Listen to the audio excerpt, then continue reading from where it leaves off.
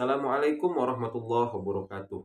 Kembali lagi di channel Ayam Putra Boost Your Knowledge. Nah, hari ini tuh sebenarnya saya berencana membahas tentang Permen Pan RB nomor 1 tahun 2023 yang sempat viral khususnya di kalangan para dosen, tentang bagaimana perubahan skema untuk naik jabatan fungsional bagi para dosen di segmen speak up.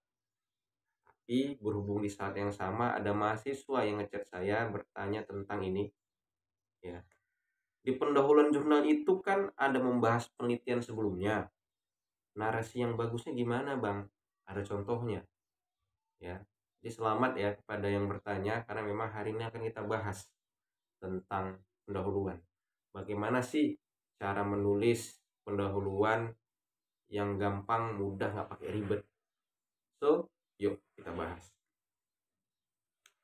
Nah, untuk membuat pendahuluan, ya, itu hanya terdiri dari 5 hal saja, nggak banyak-banyak. Ya, ada berapa? 5 hal cuman. Ya. Yang pertama itu adalah pengantar. Yang kedua, konsep dasar. Yang ketiga, itu adalah masalah atau gap dalam penelitian. Yang keempat, state of the art atau novelty. Yang kelima, closing ya dari artikel kita. Jadi cuma 5 itu aja. Ya, yang menjadi struktur ya secara sistematis disusun dalam pendahuluan. Ya, jadi ada 5 saja. Yang pertama saya ulangi, itu adalah pengantar. Yang kedua, konsep dasar. Ketiga, masalah. Keempat, novelty. Dan yang terakhir, yang nomor 5 itu adalah closing. Nah, apa kelima hal itu? Let's check it out.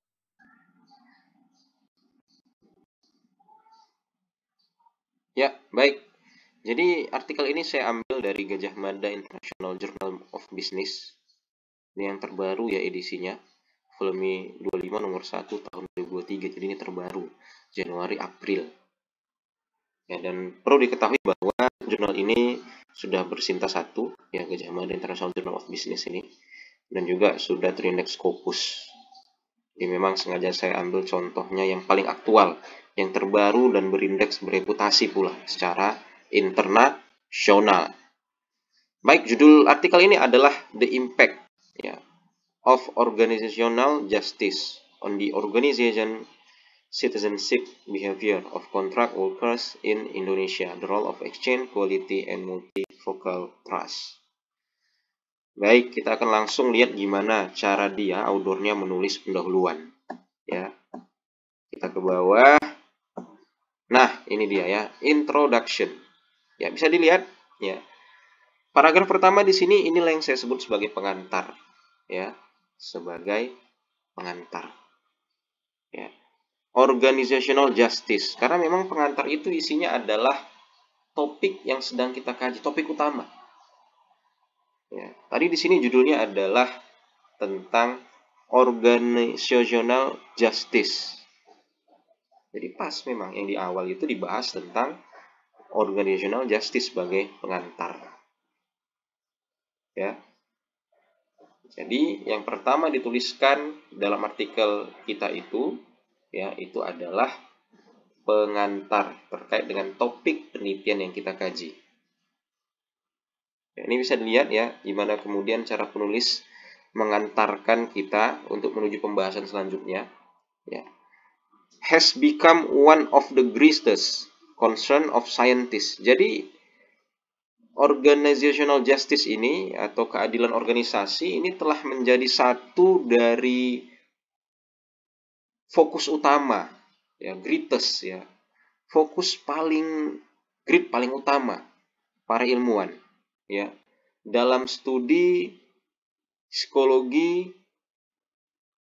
industri organisasi. Ya, dalam studi Human Research Management, manajemen SDM, dan dalam studi pelaku organisasi atau perilaku organisasi, organizational behavior. Jadi memang di pengantar itu kita harus menunjukkan apa sih menariknya topik penelitiannya. Di sini penulis mengatakan bahwa one of the greatest concern of scientists in the field of industrial, and etc. Ya. Jadi kita bisa lihat di sini bagaimana penulis author itu mengantarkan topik penelitian dengan mengatakan bahwa topik yang sedang dikaji ini adalah topik yang paling diminati ya oleh para ilmuwan di bidangnya. Jadi itu ya sebagai pengantar. Ketika kemudian topik kita tentang kemiskinan, maka sampaikan ya bahwa kemiskinan itu adalah suatu indikator utama ya, dalam pembangunan keberlanjutan misalnya atau pembangunan berkelanjutan dari sisi ekonomi misalnya gitu. Ya, jadi itu adalah pengantar.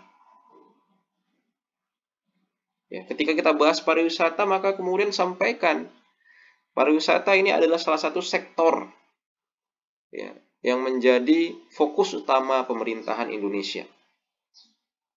Karena memang bisa mendongkrak perekonomian, ya, bisa mendongkrak pembangunan dan seterusnya. Jadi yang pertama itu adalah tentang pengantar. Habis pengantar apa? Yang kedua itu adalah tentang konsep dasar.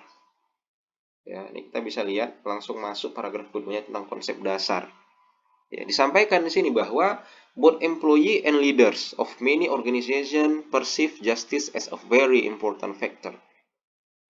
Ya, bahwa karyawan dan pemimpin dalam banyak organisasi itu menganggap ya, perceive justice, keadilan adalah faktor yang sangat penting. Ya, sudah masuk kemudian kepada konsep dasar. Ya, tentang organizational justice tadi. Ya.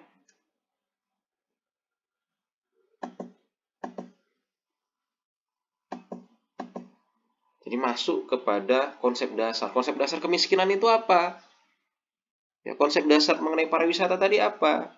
Konsep dasar tentang pemberdayaan masyarakat apa? Maka kemudian itu menjadi bahasan kedua setelah pengantar. Kalau di sini dibahas menjadi faktor-faktor ya untuk mengimprove organizational performance ya, meningkatkan performa dari organisasi. Ya, jadi masuk kepada konsep dasar.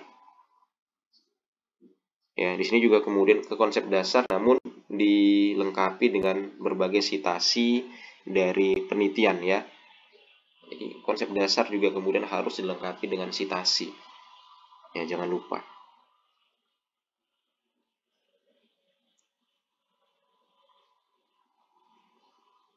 Nah, seperti ini ya. Find that fair treatment could improve ya. Jadi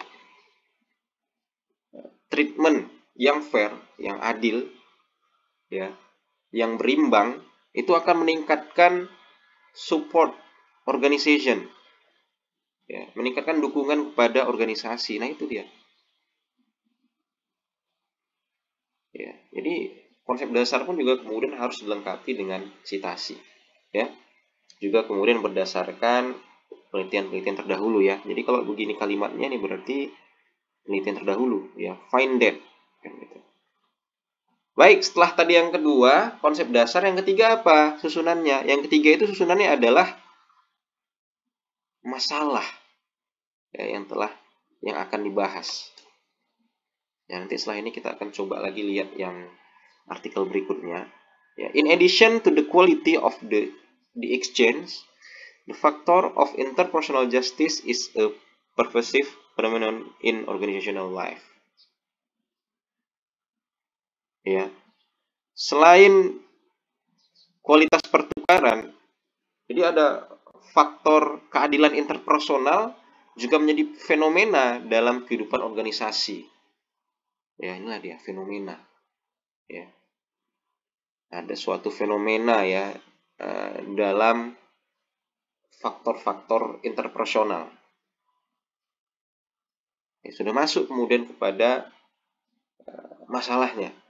Bahwa juga kemudian kejujuran, ya, keadilan, ya, fair itu juga kemudian mempengaruhi bagaimana organisasi. Ya, sudah masuk pada masalah.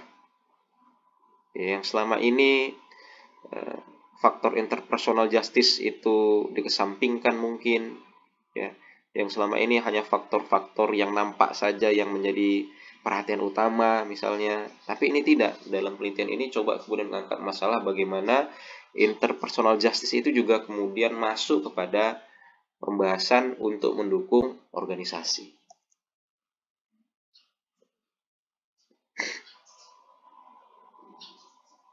Ya, ini juga ada ya citasi-citasi.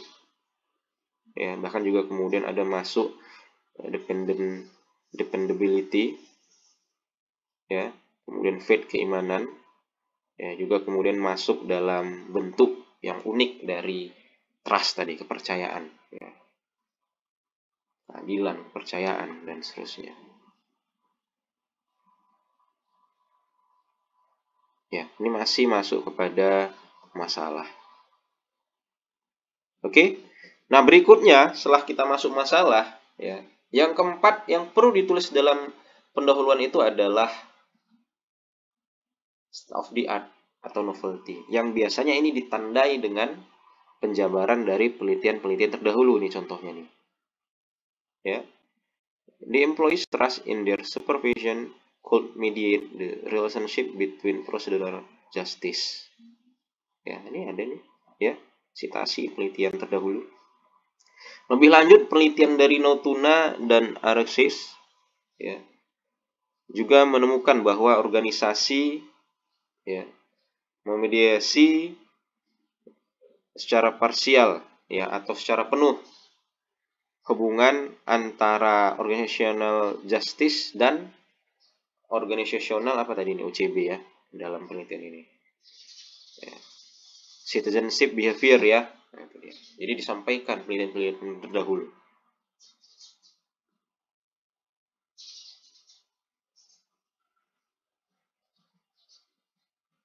Ya, masih kemudian masuk kepada penelitian terdahulu. Proof itu menggunakan variable post, LMX ya, dan seterusnya. Nah, barulah kemudian setelah kita sampaikan penelitian terdahulu, ya kita tutup ya dengan state of the art. Jadi secara menyeluruh ya, review dari penelitian sebelumnya mengindikasi bahwa ada lack of studies, keterbatasan studies ya, atau keterbatasan pembahasan ya, kekurangan ya pembahasan. Ini agak-agak sulit juga saya mengartikan, maka sini ada deep L ya, sengaja saya buka ya untuk mentranslatekan. Nah, lantas penelitian ini bertujuan untuk, nah, jadi itu adalah yang kelima ya, sebagai penutup closing ya, yang menjabarkan tentang tujuan penelitian. Lanjut juga disampaikan bahwa penelitian ini akan memprovide ya, mengembangkan kontribusi ya, atau menyediakan ya, provide menyediakan ya kontribusi unik ya untuk perilaku organisasi ya dan seterusnya. Nah, jadi itu adalah closing ya dari artikel ini. Kita bisa lihat ke bawahnya. Ini langsung literatur review ya, sesuai dengan template dari jurnal tersebut. Nah, ketika kita lihat lagi dalam artikel selanjutnya pun sama. Dia itu punya struktur dalam pendahuluan, pengantar ya. Kemudian ada konsep dasar, ada masalah, ada penelitian terdahulu, dan juga ada closing ya. Ini kita bahas singkat aja. Udah 12 menit ini. Ini dia kan. Jadi tadi judulnya tentang apa nih? Determining factor of peer-to-peer lending avoidance, empirical evidence from Indonesia. Jadi faktor-faktor utama ya, faktor-faktor yang apa namanya? Avoidance, penghindaran peer-to-peer lending. Jadi ada faktor-faktor yang dia mempengaruhi penghindaran peminjaman. Ya, empirical evidence from Indonesia. Jadi P2P lending ini menawarkan kepada publik ya proses yang mudah dan syarat-syarat yang juga mudah. Ini kayak fintech ya, pinjaman online mungkin ya. Nah, makanya memang di awal ya di pengantar ini dibahas mengenai fintech industri. ya kan, sebagai topik utama ya dalam penelitian ini, topiknya.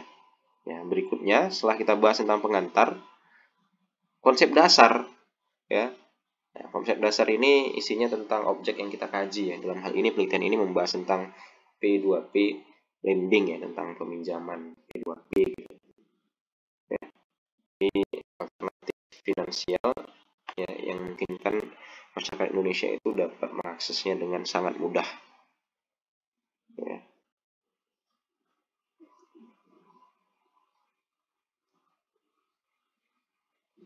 Oke, berikutnya setelah konsep dasar lantas masuk kepada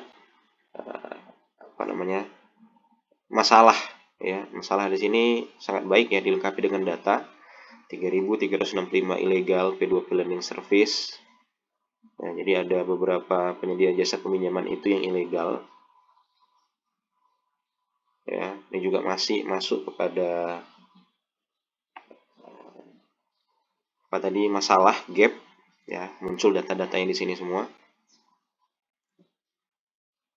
Nah, kemudian yang keempat yang tadi ya, yang membahas tentang penelitian terdahulu ya, berupa yang membedakan dengan penelitian terdahulu itu apa ya. Nah, lantas kemudian ditutup ya dengan bagaimana sih format dari penelitian ini ya, sebagai closing ya, paling tidak ada menjabarkan tentang tujuan penelitian ya. Nah, jadi bagaimana mudah kan menulis pendahuluan di artikel ilmiah? Ingat saja konsepnya itu ada 5, yaitu pertama ada pengantar, yang kedua ada konsep dasar, yang ketiga ada masalah, keempat ada state of the art yang membahas tentang penelitian terdahulu, yang kelima ada closing ya, yang membahas tentang minimal tujuan penelitian. Jadi itu, semoga kita semua bisa menulis artikel ilmiah dengan baik dan dengan mudah, plus pastinya ingin terbit semua insya Allah. Demikian, silahkan like, subscribe channel ini, dan bagikan ya, untuk kemudian mensupport channel ini agar bisa berkembang dan lebih semangat lagi dalam membuat video selanjutnya. Demikian, selamat pagi. Assalamualaikum warahmatullahi wabarakatuh.